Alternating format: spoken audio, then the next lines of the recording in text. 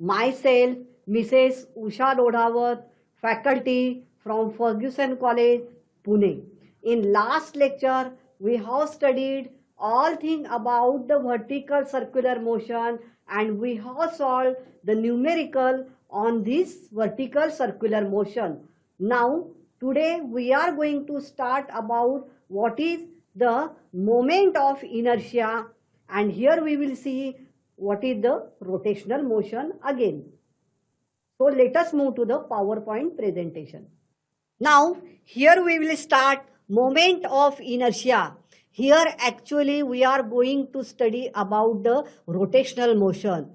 In the first lecture, in introductory part, we have seen what is the rotational motion. Rotational motion is the motion of rigid body about an axis of rotation passing through the body and perpendicular to plane of figure. Now, rigid body means that body which does not changes its size and shape under the action of force. And here we will see moment of inertia in rotational motion is analogous quantity to the mass in the translational motion. Now, we basically know that mass in translational motion provides inertia to the translational motion. In the same way, moment of inertia in rotational motion provides the inertia to the rotational motion. Inertia means what? Property by virtue of which it opposes the state of rest or the motion. Now, what is the difference between the moment of inertia and inertia? Now, inertia gives just the state of a body which is at rest or which is rotating, and moment of inertia gives the resistance or gives the idea about the resistance offered by a body against the rotation about the axis. Means we can say that this moment of inertia includes not only mass but the distribution of mass about the axis of rotation. Now we will explain this concept of the moment of inertia by the example of the door. Now suppose this door is rotating about an axis of rotation passing through these hinges. Now here if we are applying the force to the point mass which is near to the axis of rotation, then it is very difficult to rotate the door. But if I am applying the force at a point mass which is at a certain distance from the axis of rotation, then door can easily rotate. Means from this example we can see that the moment of inertia depends not only mass but the distribution of mass from the axis of rotation. Now next we will find out what is the equation for moment of inertia, which is as an analogous quantity for the mass. For finding out the expression for moment of inertia, we have to find out expression for the rotational kinetic energy of a rotating body. Consider this figure. Here the rigid body is rotating, rigid body of irregular shape is rotating about an axis which is passing through the point O and perpendicular to the plane of figure, and it is rotating with constant angular velocity, say in anti-clockwise direction. This body is supposed to be composed of n number of finite particles. Finite particle means what? It is measurable number of particles. The masses of the particles are m1, m2, mn, which are situated at a distance of r1, r2, rn. Okay, rn is the last particle. Now, when we already know when the rigid body is rotating, then the different particles of the body, they are performing the circular motion, and their linear velocity will be along the tangent to the circle. See, this particle is revolving, so that the linear velocity will be in this direction.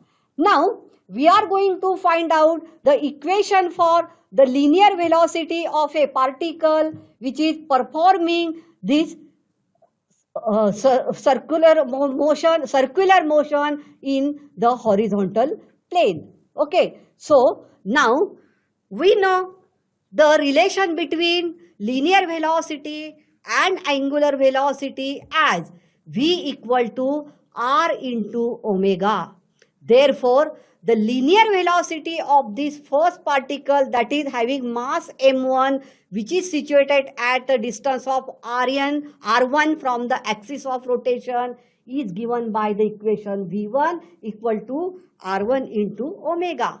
Similarly, velocity of the second particle, which is, we know the relation between linear velocity and angular velocity, which is given by the equation v equal to r omega. So, linear velocity of the first particle m1, which is at a distance of r1 from the axis of rotation, is given by the equation v1 equal to r1 into omega. Similarly, the linear velocity of the second particle, which is at a distance of r2 from the axis of rotation, is given by the equation v2 equal to r2 into omega. In this way, velocity of the last particle will be rn into omega. Now, we are going to find out kinetic energy of each particle. We know linear kinetic energy is given by the equation half into mv square. So that kinetic energy of the first particle is half m1 into v1 square. Substitute the value of v1, which is equal to r1 omega here. So, this equation will become half m1 r1 square omega square. Similarly, kinetic energy of the second particle is half m2 v2 square. So, v2 square r2 square into omega square from this equation. So, it will be equal to half m2 r2 square omega square. In this way, we can find out the kinetic energy for the last particle as half mn vn square, which is equal to half mn rn square omega square. Now, the rotational kinetic energy, that is total rotational kinetic energy, is sum of individual translational kinetic energy of all particles. Means if we are going on adding the translational kinetic energy of all particles, so we will get the rotational kinetic energy of a rotating rigid body. Therefore, this rotational kinetic energy is half m1 r1 square omega square plus half m2 r2 square omega square plus half mn rn square omega square. Now, from this equation, this 1/2 and omega, it is common to all terms. I will take it as common. So, 1/2 common is written here. Omega square is common here, written here for the sake of simplification. So, this equation will become half into bracket m1 r1 square plus m2 r2 square plus mn into rn square. Now, this term in the bracket is replaced by the symbol capital I. So, I equal to m1 r1 square plus m2 r2 square plus mn rn square. So, I can write down I equal to summation of mi into ri square. Ri square here, number of particle is ranging from I equal to 1 to I equal to n. So here should be 1 to capital N. So that is not written here. So summation of mi into ri square, and this quantity I is known as the moment of inertia. Now, rotational kinetic energy, so this given by the equation 1/2 I omega square, and it is analogous to the translational kinetic energy 1/2 mv square. Again, in this case, you know, omega and v are the analogous quantity, that is the angular velocity and linear velocity. Similarly, I in rotational motion is analogous to the m in translational motion. From this, we can say that the moment of inertia I is analogous quantity to the mass in m in the translational motion. So, this I is known as rotational inertia or moment of inertia of the body about the given of axis of rotation.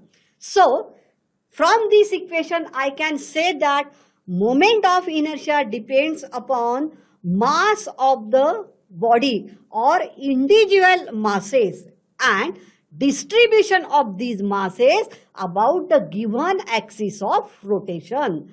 Now, see, from this equation, I can define the moment of inertia. So, moment of inertia is defined as the product of mass and square of perpendicular distance from the axis of rotation. So, I can write down the definition of the moment inertia in this way. Moment of inertia of a rigid body rotating about an axis perpendicular to its plane is defined as product of mass of the particle and square of its perpendicular distance from the axis of rotation. Now, in this article, we have seen that the body is composed of a finite number of particles. But instead of that, suppose the body is composed of a large number of infinite number of particles. Then the summation sign in previous equation is replaced by the integration sign. Now, dm is the mass of each individual tiny particle. Okay, so this summation sign is replaced by the integration sign. So it is r square into dm. But the definition will remain same. That is, moment of inertia of a rigid body rotating about an axis perpendicular to its plane is defined as the square of its distance from the axis of rotation, or see, it is the product of mass and square of distance of this mass from the axis of rotation. Okay, now here we will see what is the moment of inertia of a uniform ring. Now see, this is the uniform ring. Suppose this uniform ring is rotating about an axis perpendicular to this plane of the ring and passing through the center. Now you can see that whole mass of the body is distributed on the circumference of the circle, which is capital M. Okay, so according to the definition of moment of inertia, so the moment of inertia of this uniform ring will be I equal to mr square. Again, this is the product of this mass and this square of distance of this mass from the axis of rotation, that is I equal to mr square. In the similar way, the concept of the moment of inertia, we will see how we can find out the moment of inertia of a uniform. Consider this disk, uniform disk. This disk is again rotating about an axis passing through the center and perpendicular to its plane. Now, here capital M is the mass which is situated on the circumference of the circle. Capital R is the radius of the disk. So now what is the surface density of this disk? It is mass divided by area. So that is m divided by pi r square. Now this disk consists of large number of concentric rings of the radii increasing from small r to the capital R. Means radius of each ring can be ranging from the small r to the capital R. If the disk is considered near to this circumference of the disk, so it is considered, radius is considered as the capital R. Consider one such ring of mass dm, radius r, and width of this ring is dr as shown in figure. Now, area of the ring is given by 2 pi r into dr.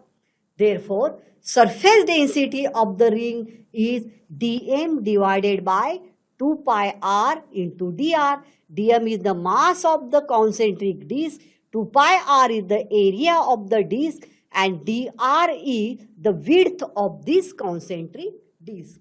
Now, in this way, we can write down the value for dm as 2 pi r sigma into dr.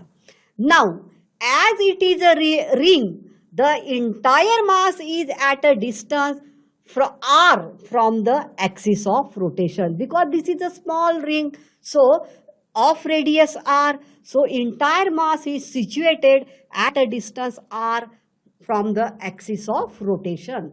So moment of inertia of this disk is IR equal to dm into small r square, means product of mass and square of its distance from the axis of rotation. Now, to find out the moment of inertia of whole disk, I have to integrate this moment of inertia of the ring. So it is integration. The limit of the integration is ranging from 0 to capital R, because the radius is increasing from 0 to capital R and into IR. What is the value of IR? dm into r square. What is the value of dm? Here 2 pi r into dr in sigma into r square.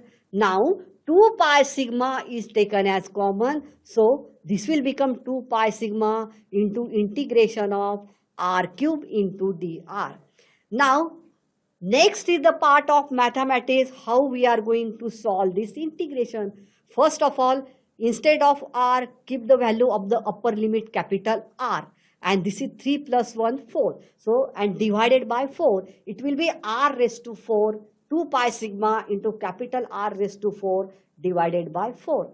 And second minus, the second limit is 0. 0 raised to anything will be 0. So, it will be 2 pi sigma r raised to 4 divided by 4. So, again it is 2 pi, and in previous slide we have seen that the surface density of the disk is m divided by pi r square into r raised to 4 divided by 4. Now this pi is getting cancelled, this r square is getting with this r raised to 4. Your final equation will become half mr square. So this is the equation for moment of inertia of a uniformly rotating disk. Okay. Now next we will solve numerical on this moment of inertia. See, a metallic ring of mass 1 kg has moment of inertia 1 kg meter square. When rotating about one of its diameters, it is molten and remolded into a thin uniform disk of the same radius. How much will its moment of inertia be when rotated about its own axis? So, see this figure. Okay, this ring is molded into the disk, but we know the moment of inertia will remain same. Now see here. The moment of inertia of the ring about the diameter is given by the equation mr square by 2. So, and moment of inertia of about the diameter is given to you 1 kg meter square. So, it is equal to 1, which is equal to mr square by 2. Again, mass is given to you 1 kg. So, this equation will become 1 equal to 1 into r square by 2. So, I will get r square equal to 2. So, r equal to square root of 2 meter. So, value of the r, that is the radius of the ring, will be square root of 2 meter. Now, the same ring is molded into the disc, but its moment of inertia does not going on changing. So, IC equal to mr square by 2. Again, I can write down it 1 kg meter square. That is, this moment of inertia is same as the moment of inertia of the ring. Okay. Now, after that, we are going to start for the next article, which is the radius of gyration. Why the gyration term is used? What is the meaning of the gyration? Gyration means whirling motion of a object or a body. Okay. Now, while defining the term radius of gyration, we have to consider that this m is point mass. Okay. Now, whole mass of the body is supposed to be concentrated at this point mass m, so as to possess the same moment of inertia of the point mass as that of the body. So, this point mass is having the same moment of inertia as that of the whole body, because whole body is supposed to be concentrated at the point mass. And distance of this point mass from the axis of rotation, it is known as the radius of gyration. Okay. Now see, the definition of the statement of the radius of gyration is like this. Radius of gyration of a body about an axis of rotation is defined as the radial distance of a point which would have a same moment of inertia as the body's actual distribution of mass if the total mass of the body were conserved. Now, it is denoted if the distance is if it is denoted the distance of this mass capital M. Just we have seen the radius of gyration K is the distance of this point mass, where whole mass of the body is supposed to be concentrated from the axis of rotation. So, it is denoted by the symbol K, and according to the statement of the moment of inertia, this I equal to mk square, because again it is the product of mass, and the moment of inertia is product of mass and square of distance from the axis of rotation. So here K is the radius of gyration. I can find out the K as square root of I by M. So this is all thing about the radius of gyration. So gyration term is used when there is a whirling motion of the object about an axis of rotation. Now, next we are going to learn about the theorem of parallel axis and perpendicular axis. But before going to the actual theorem, we will see why it is necessary to study this theorem of parallel and perpendicular axis.